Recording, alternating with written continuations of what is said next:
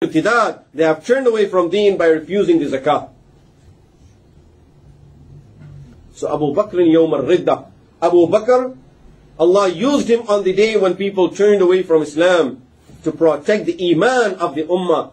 So the ummah would know that if any person rejects even one of the Islamic belief, that person is out of iman. He doesn't have to reject the whole iman.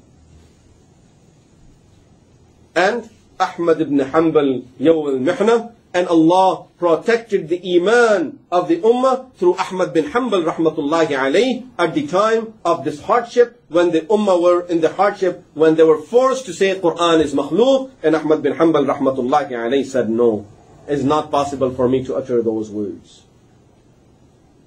Through him, Allah subhanahu wa ta'ala protected the ummah, the iman of this ummah. Otherwise, if he would even have gone with it, then all the other people would have fallen up or down, and then hardly you would find anyone who could stand up if Imam Ahmad bin Hanbal rahmatullahi alayhi would not have stood for it.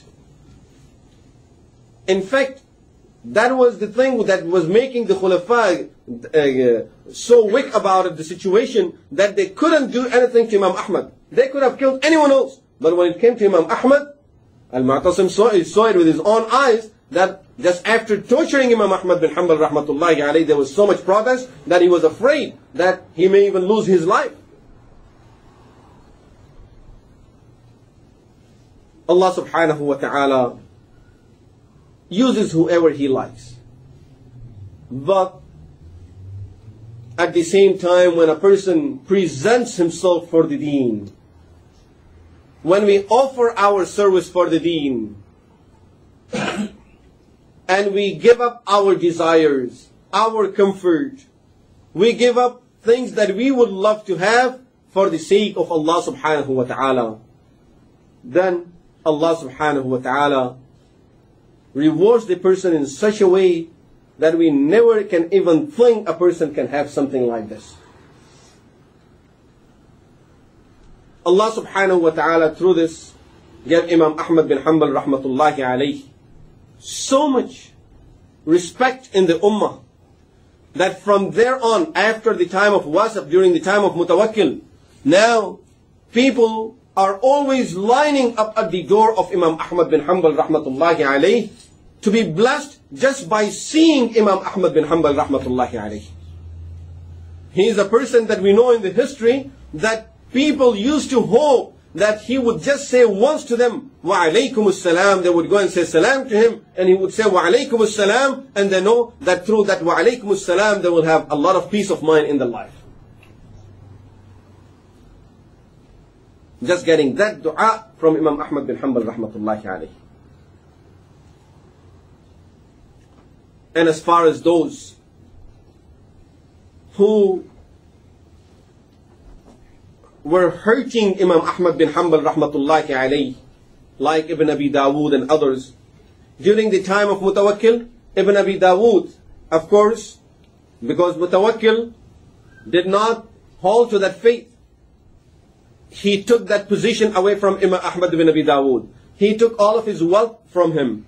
And finally Ibn Abi Dawood had a stroke and he was paralyzed. And for many years in his life, he was paralyzed. People used to go to see him, and they used to go over there just to tell him that what has happened to you is for what you have done to Imam Ahmad bin Hanbal rahmatullahi alayhi. There was a person, his name was Imran ibn Musa. He says, I saw one of the people who took part in beating up Imam Ahmad bin Hanbal rahmatullahi alayhi when he was in the prison. He says in the last 45 days of his life, a month and a half, in the last 45 days of that person's life, he used to bark like a dog and keep on crying and shouting. He was in so much pain in those days of his life.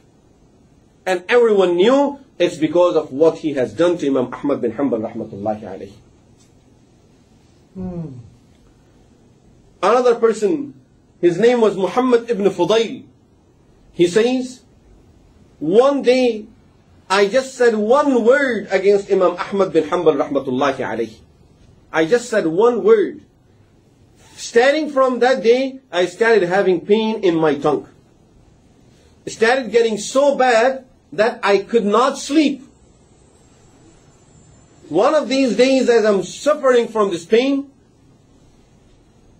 and I'm up for days, I fall asleep for a short period of time, and I see in my dream, someone is telling me that the pain in your tongue will never go away by any medicine that you would use in this world. You have this pain because you said those words against Imam Ahmad bin Hanbal rahmatullahi alayhi. He says, as soon as I woke up, I started doing a lot of istighfar, and I asked Allah subhanahu wa ta'ala's forgiveness, and continuously kept on asking Allah to forgive me for it, and then only the pain in my tongue was gone away.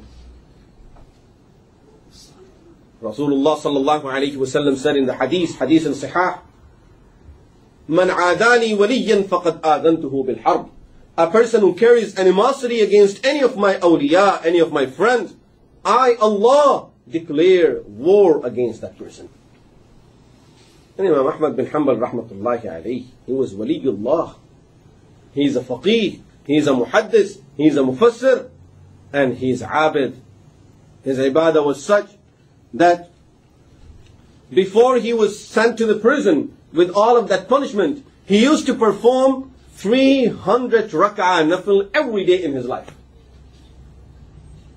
That was part of his life. 300 rak'ah nafil every day, with all the work of hadith and fiqh and teaching that he was doing. Subhanallah. It's difficult for us to hold to 2 extra nafil. Forget nafil, many times we are missing the sunnah and the fara'id. 300 extra nawafil every day. And after he went through all of that hardship, where it's difficult for him to even stand, he used to feel bad that I cannot keep up with those nawafil anymore, and he reduced it from 300 to 150 rak'ah nafil every day. In that situation, he is performing 150 rak'ah of nafil every day. Until his son Muhammad tells us that he continued, his son Abdullah tells us that he continued performing these 150 rak'ahs until the day he passed away, when he was about 77 years old. Late 70s. And with all of that pain that he's going through, his whole body is wounded now because of what he went through on the hands of Al-Mu'tasim. 150 rak'ah nafil every day. His son tells us about his schedule. He says after Salatul Isha, right after Salatul Isha, he used to go to sleep for a short time, and then he would wake up and start performing Salat al-Tahajjud, and then make dua and istighfar until Salat al-Fajr. Then every day from Zuhr to Asr, that was his time for Nawafil. So now you can see Tahajjud from Zuhr to Asr is his time for Salatul Nawafil. Then from Maghrib to Isha, again it was his time for Nawfil prayers. Night time, Zuhr to Asr and Maghrib to Isha every day. And he sleeps only for that small portion of the night at the beginning of the night, and the rest of the night he's doing Salat al-Tahajjud. From Fajr till Salat al-Zuhr, he's busy taking his classes and he's teaching his classes.